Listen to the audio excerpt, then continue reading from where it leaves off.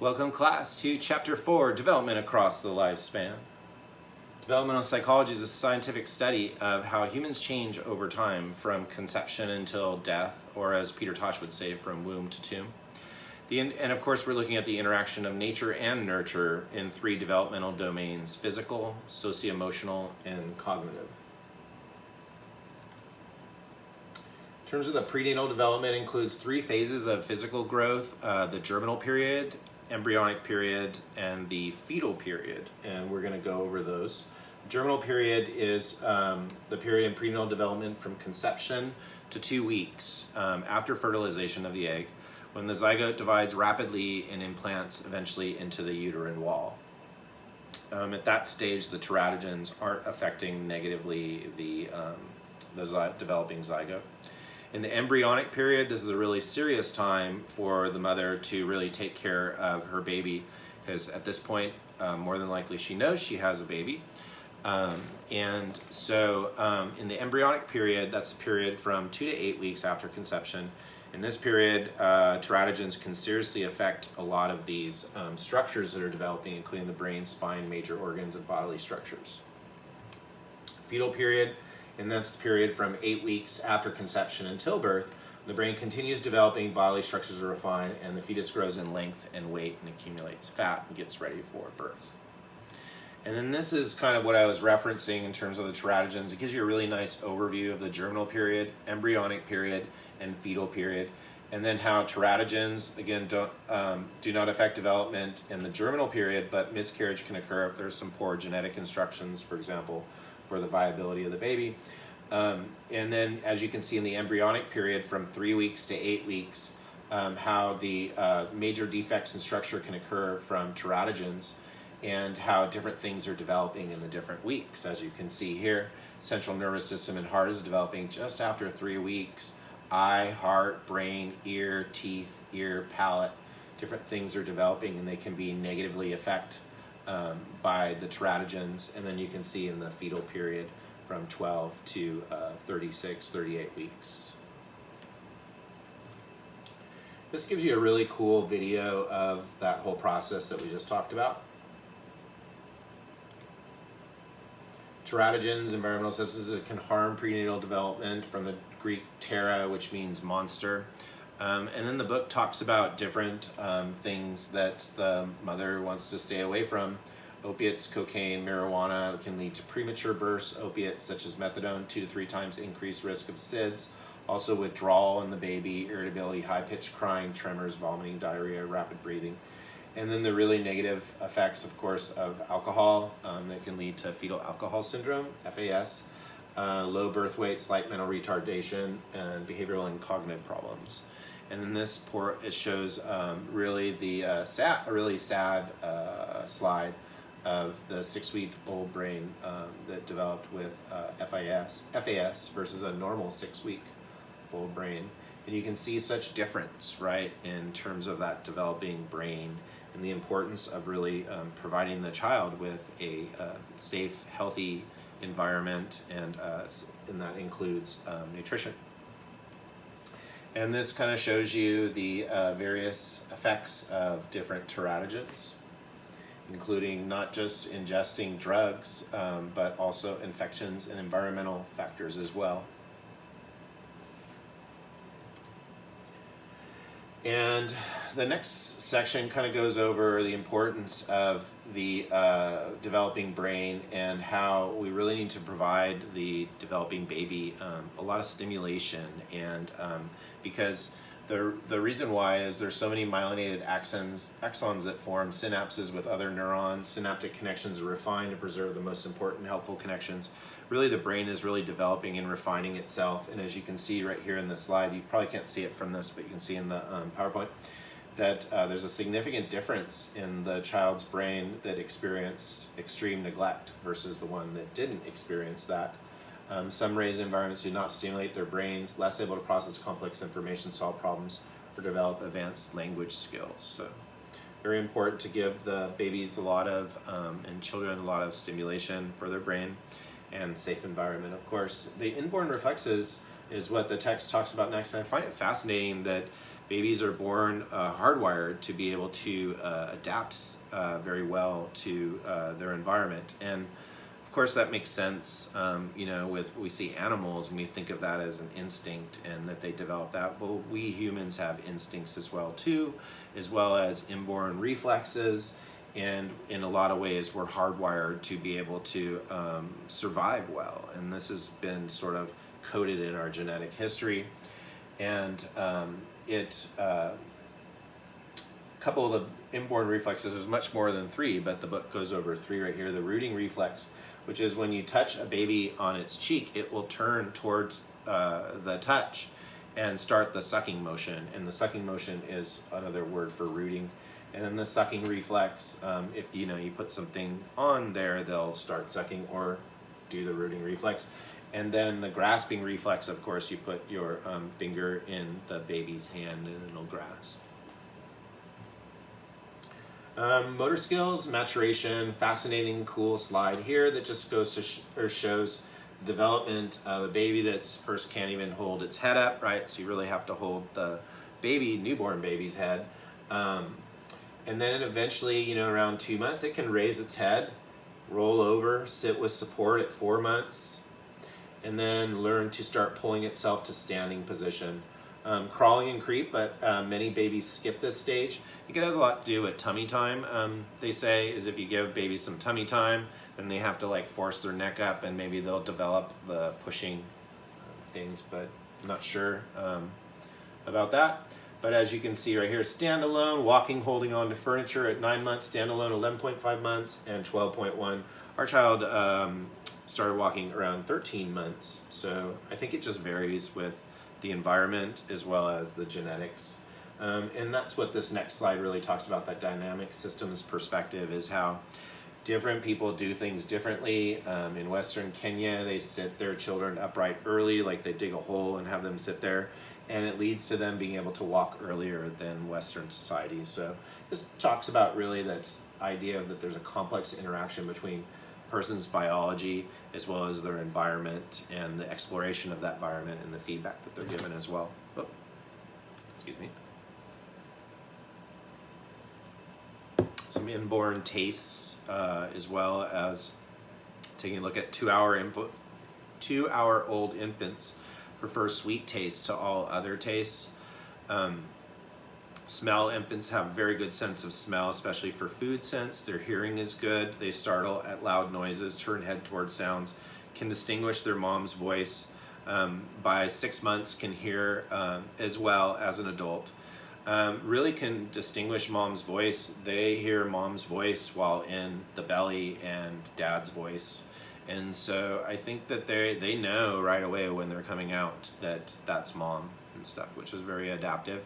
But they have, of course, poor vision and can see about 8 to 12 inches, but cannot make out differences in color, but definitely see high contrast patterns better, as we'll see in the next slide, I think. 2 months old can see blue, green, and red, and their visual acuity improves to the point where a 1-year-old can see basically the same as an adult in terms of acuity. Love those black and white shapes. I remember my daughter really liked to watch hockey, which had the black and on the white, and then the black shapes skating around on the white ice and stuff. And I was like fascinated by that. Wow, is she gonna like hockey in the future? No, she doesn't like hockey. But anyway, this kind of shows you that visual acuity and how it's developing newborns, just like a blur. So good to know that you can hear really well and know where mom is and stuff like that, right? And taste.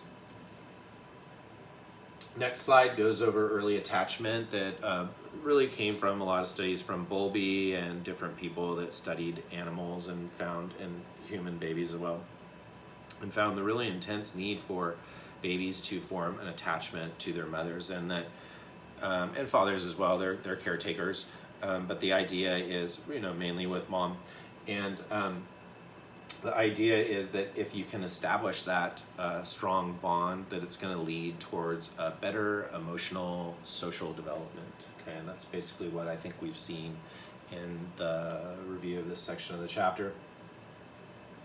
Crying, an effective way to get adults to respond to them and give them food and or comfort. Also just being so darn cute, right? Babies are so darn cute that you just can't, help yourself, but to help them out and treat them all awesome, right?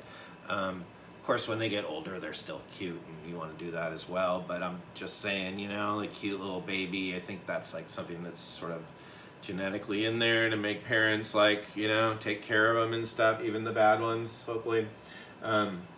But that's the idea there too. And also interestingly, I don't know if this is totally true, maybe I should research it, but it seems like that babies look like their fathers like when they're first born, and then they look less like their father as they kind of get older and stuff.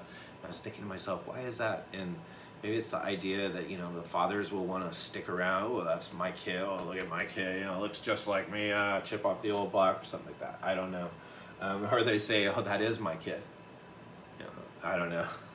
You know what they say in the South, and they had an expression in the southern part of the United States, Louisiana, that you know who your mom is. Okay, there's a good joke. Anyway, adults, they talk in high-pitched, soft voices across cultures, right? That's motherese and ooh. And the babies like that, right? That soft tone and stuff. Everything's happy. Oh, baby. Ooh. And babies respond by giving eye contact and social smiles at 4 months. So if they're smiling before 4 months, it's probably gas or relief of gas, right? Probably more like. So sad, these early attachment studies in the 1950s, where they're like, really, you know, all a kid needs is, you know, food. And we could, you know, just have robot moms taking care of the babies, or, you know, the nurses taking care of the babies, you know, feed this one, feed that one. It's like, you know, put them in a assembly line or something like that, you know, I don't know. The advent of science really figured stuff out in the 1950s, right? But then they started saying, hey, wait, maybe we should say that and figure it out, see if it's true, so let's torture some monkeys. So that's what they did. They took the monkeys from their moms, and they had a monkey, had two choices to where to hang out, but one only gave food. You could see this wire structure right here that looks like I don't know, some type of creature. But, well, this one kind of looks a little more like monkey head and stuff, so a little unfair. I don't know if it's the same experiment there, but anyway, I digress. And this one gave the food, but it didn't have any cloth. And then this one had cloth, but no food. And where did the baby monkey want to hang out with, other than getting the food? With the cloth mom. The cloth robot mom, or mechanical device cloth mom.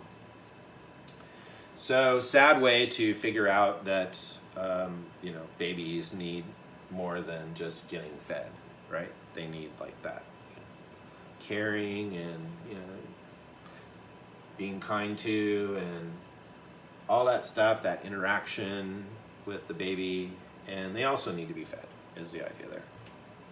Okay, and so when do they start experiencing separation anxiety? So you see, you know, at first everything is like, I and the mother are one, I and the boob are one, or whatever, you know, and then all of a sudden this little child, baby, starts developing an ego and starts figuring out, whoa, like, this is kind of strange here, like, I am not one with mom, but I'm separate, and whoa, that means it's kind of a scary world, and she can leave, and then where's mom now? Where is that I and the mom were one?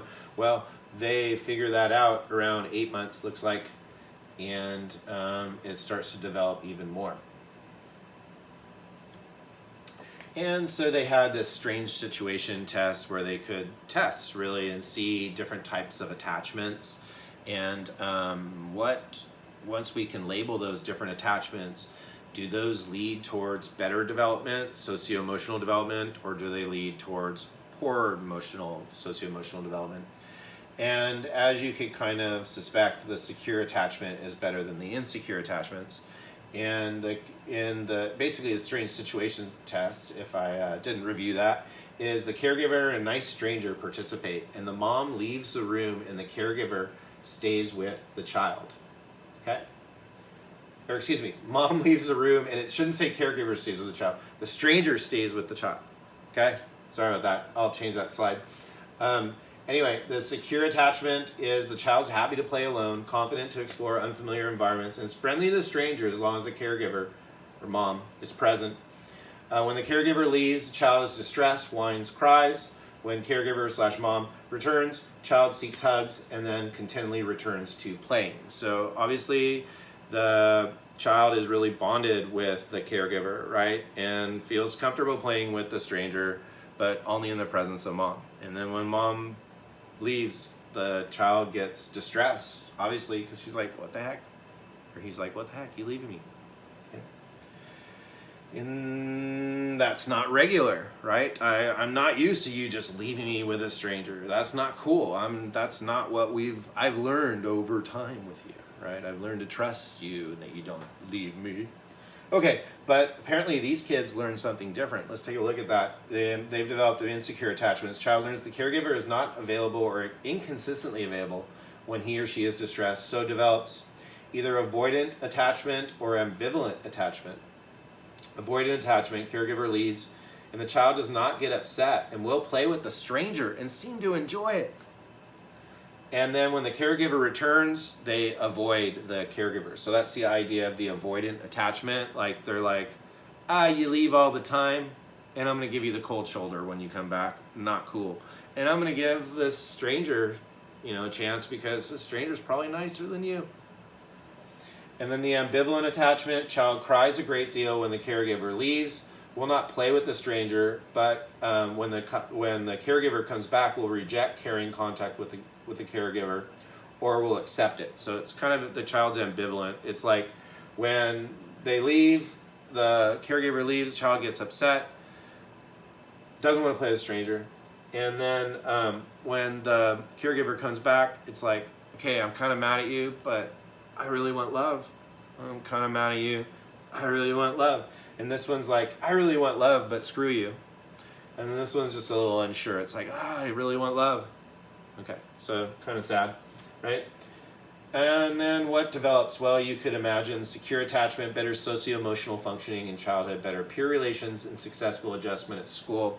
And you see this as a negative effect, that people that are abused or neglected, they're not as popular at school, or they might experience behavioral problems too.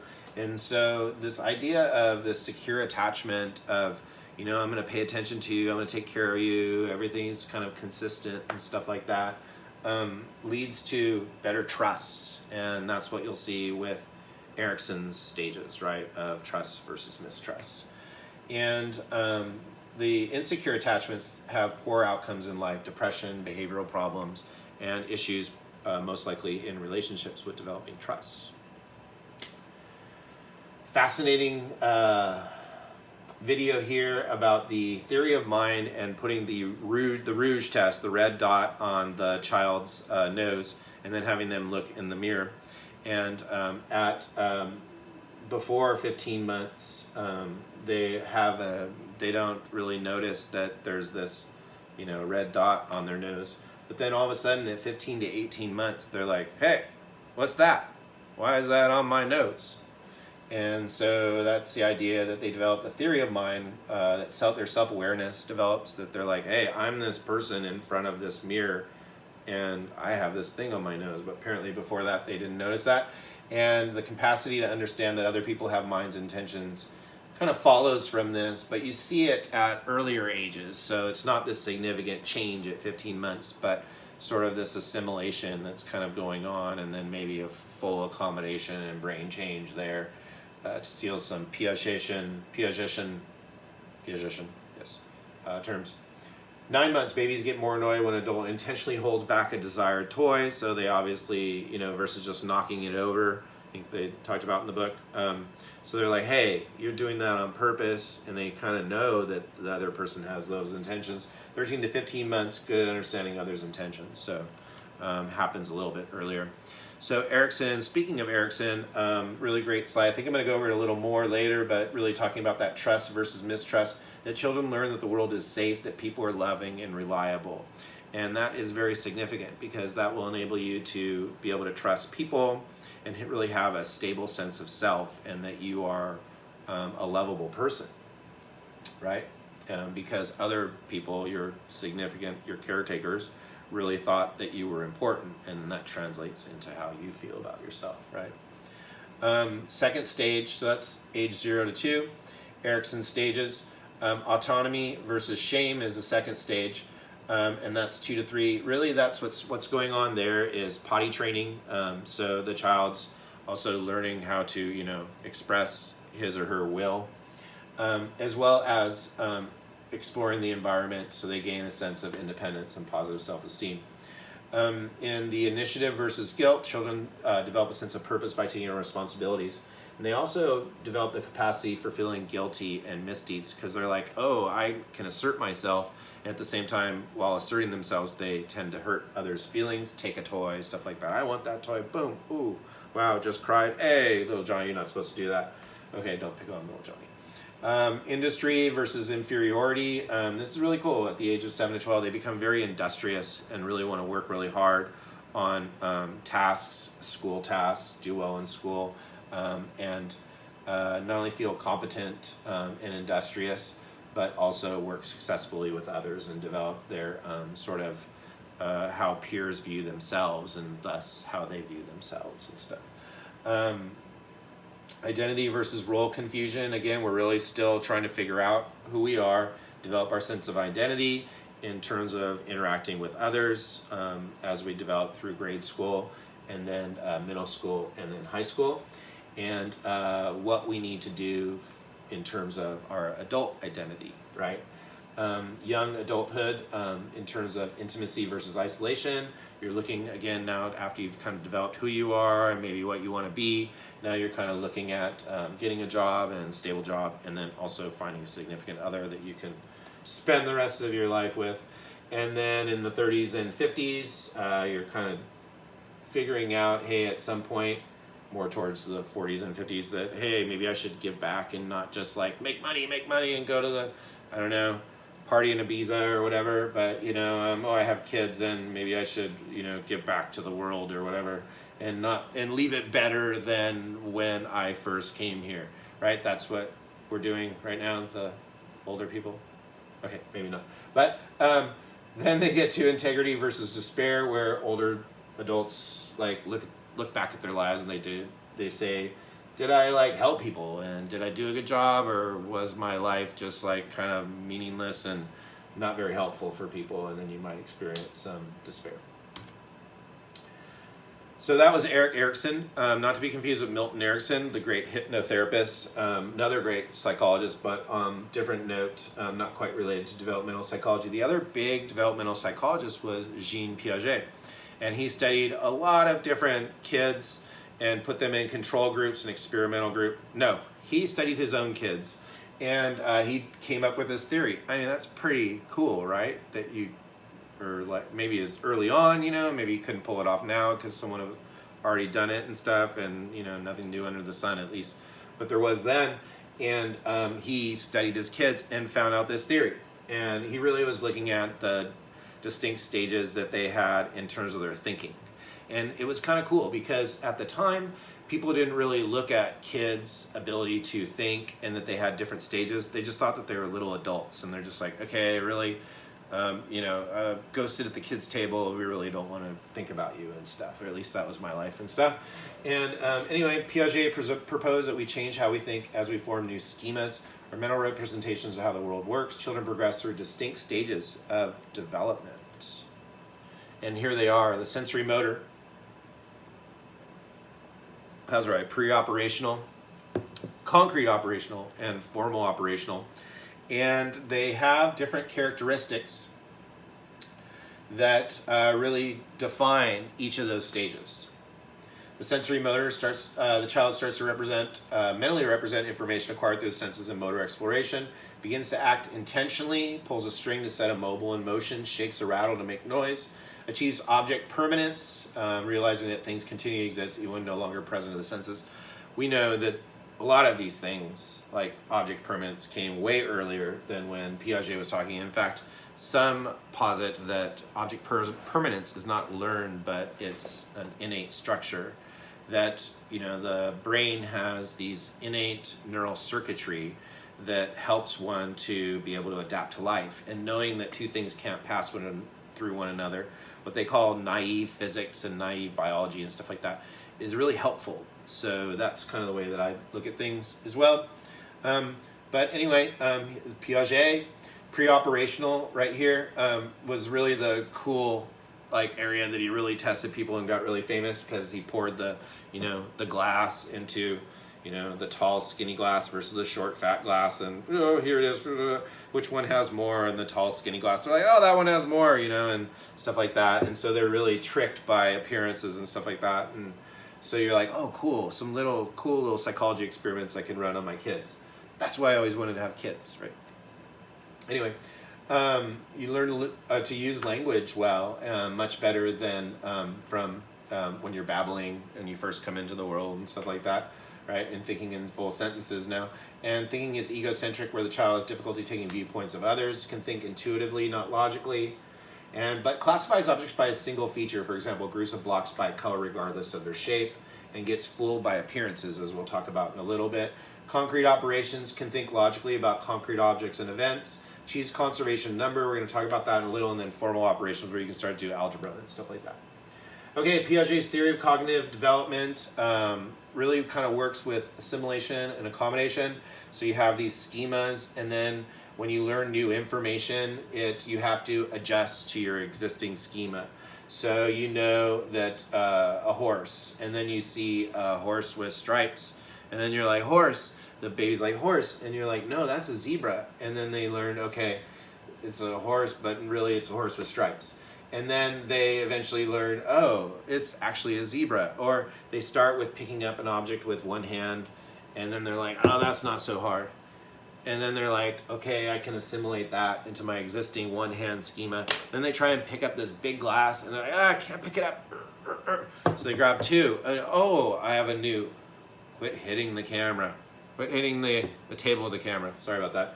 I have a new schema, and they've basically accommodated. So that's what Piaget is talking about, is they assimilate some stuff, which is like kind of making like a minor change into your existing schema, or they accommodate, which is like change schema, and that might be a new stage or a new way of doing things, like picking up an object with two hands versus one.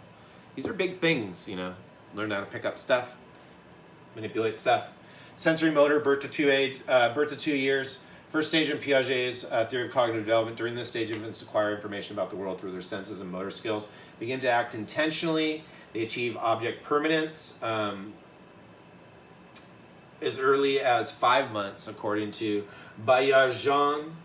I don't know if I pronounced that right. Baillargeon's going to get mad at me. Starts to mentally represent information acquired through the senses and motor exploration. In the pre-operational stage, there's a cool little video about the tall, skinny glass and stuff. The developmental representation of objects, not an immediate view. Think symbolically about objects. They can pretend a stick is a sword or a magic wand, but they reason based on intuition rather than logic, and they're fooled by appearances. They do not think according to law of conservation, that's that logical thinking ability that you can change the way something looks, like you can pour something in a tall, skinny glass, but it doesn't change how much water is actually in there. They engage in centration. Child cannot think of more than one aspect at a time, and they focus on one detail of the problem, for example, and they're very egocentric, where they might put a box on their head in hide and seek and then think they're hidden. And they can only classify objects by a single feature, group blocks by color, regardless of shape, not doing color and shape separately. But then they get to concrete operational stage, age 7 to 12 years. Children begin to think about and understand logical operations. They're no longer fooled by the superficial transformations or appearances poured in the tall, skinny glass. They're like, same water, okay? But still think in terms of concrete operations, count using their fingers, sharpen rocks with a pencil sharpener, understand law of conservation of numbers, volume, mass, weight, but are not fooled by a change in the substance appearances. And they can flexibly classify objects by several features, and they don't think abstractly and don't experiment systematically. But the formal operations from 12 years and up, the pinnacle, right? The high schooler thinks he's or she is so smart, smarter than their parents. I know everything in high school, right? They can systematically test things, and they can think abstractly, do algebra, formulate test hypothesis through logic. Which, okay, yeah, they can. For example, the they have the example of, I think you have 4 colorless liquids, and you have to make a certain color with the, you have 4 different flasks with different colorless liquids, and you have to add 2 to make a certain color. And so what the formal operations person will do is they'll systematically test each one. They'll be like, all right, start with this one, test this one, test this one, test this one. Okay, did I make anything with that one? Or test them together, test them together, test them. Okay, nothing worked with that one. So then they can eliminate that one with these, and then I can just test this one with the other 2. And then they can tell, oh, that one didn't work, this one, which is that one. Okay, and then it works. Okay, we've created the color. The concrete operations might get there, but they'll just do it haphazardly. New ways of thinking about Piaget. He underestimated the ages which certain skills develop. And that psychologists now think of cognitive development in terms of trends rather than strict stages, that people exhibit skills from both stages simultaneously. And that was shown in the example of the counting where a 4-year-old showed 2 rows of marbles. Each row is the same row of marbles, but one spread out. When asked which row has more marbles, the 4-year-old says the longer row. He fails conservation of number, but when you get him to count it out, he's like, boom, boom, boom, boom. He counts out the same, and he's like, oh, those are the same. So some people thought is a difference in the way that they ask questions, different, guiding the kid to do things different ways might give you the different result. This kind of goes over just the different phonemes, morphemes, and then eventually words and how kids develop language. Infants are born ready to learn language.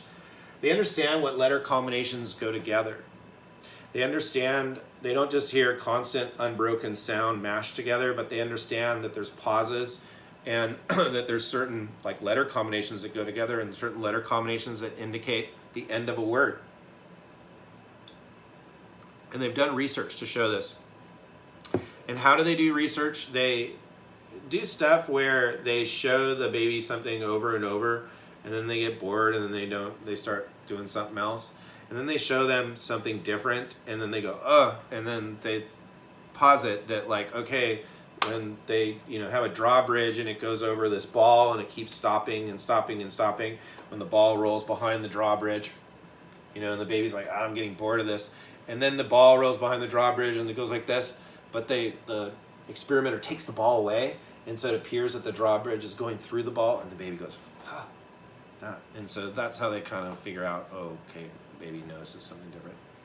Anyway, babies understand that when you point to something and name it, that indicates the thing itself, not like parts of the thing.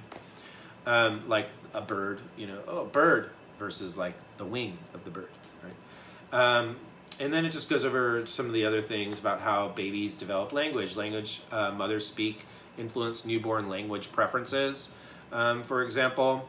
And at 6 months, babies can discriminate all sounds of all languages, but then they eventually move towards a preference and where they stop discriminating the sounds from other languages and stuff like that. First sounds are cries, gurgles, grunts, and breaths, and then at 3 to 5 months, they begin to coo and laugh. If you want to see an example of cooing, check out that YouTube video. Babbling, 5 to 7 months, ba ba ba, dee dee dee, and then first year, by a year, the first words, items and environment, kitty, milk, simple action words, go, up, sit, quantifiers all gone, more, qualities or adjectives, hot, social interactive words, bye, hello, yes, no, internal states, boo boo. Yeah, our child started saying words at I think 8 months, something like that. Telegraphic speech, 18 to 24 months, basic sentences of 2 words, throw ball, all gone. Child speaks as if uttering a telegraph, and it's the bare bone words with correct syntax. Also engages in over-applying the grammatical rules. I sawed the car, for example, for past tense, ed. And then comes puberty. Good luck with that, right? And I think this is what I might go over, because I don't want to go over on the video. We're already pushing it to over what I wanted to. But I just wanted to go over the last part of Erikson's stages. I went over those earlier, but I just wanted to go over this slide, which kind of breaks down some of the pathologies. It's kind of cool. I don't know. I'd recommend you check it out. It's kind of cool. But and the virtues that you develop. So Once you develop that trust, you can develop hope. And the pathology is withdrawal and not wanting to engage with people or trusting people. Autonomy versus shame, you develop self-control and willpower, and the pathology would be compulsion that you develop through potty training. So this is kind of a mixture. It's interesting, Erikson sort of did like a non-Freudian view. So it was like built on Freud's psychosexual models, but he took out the sexual stuff. But the potty training is still in there, which I think is important because kids really, the way that one engages in potty training with kids influences their personality. And then the exploration, right here, initiative versus inhibition, industry or inactivity, identity versus abandonment or not developing your identity and not kind of figuring out what you need to do in life and stuff. Intimacy versus exclusivity, overextension, and fear of death at the end and stuff. So different things that we have to deal with through the stages.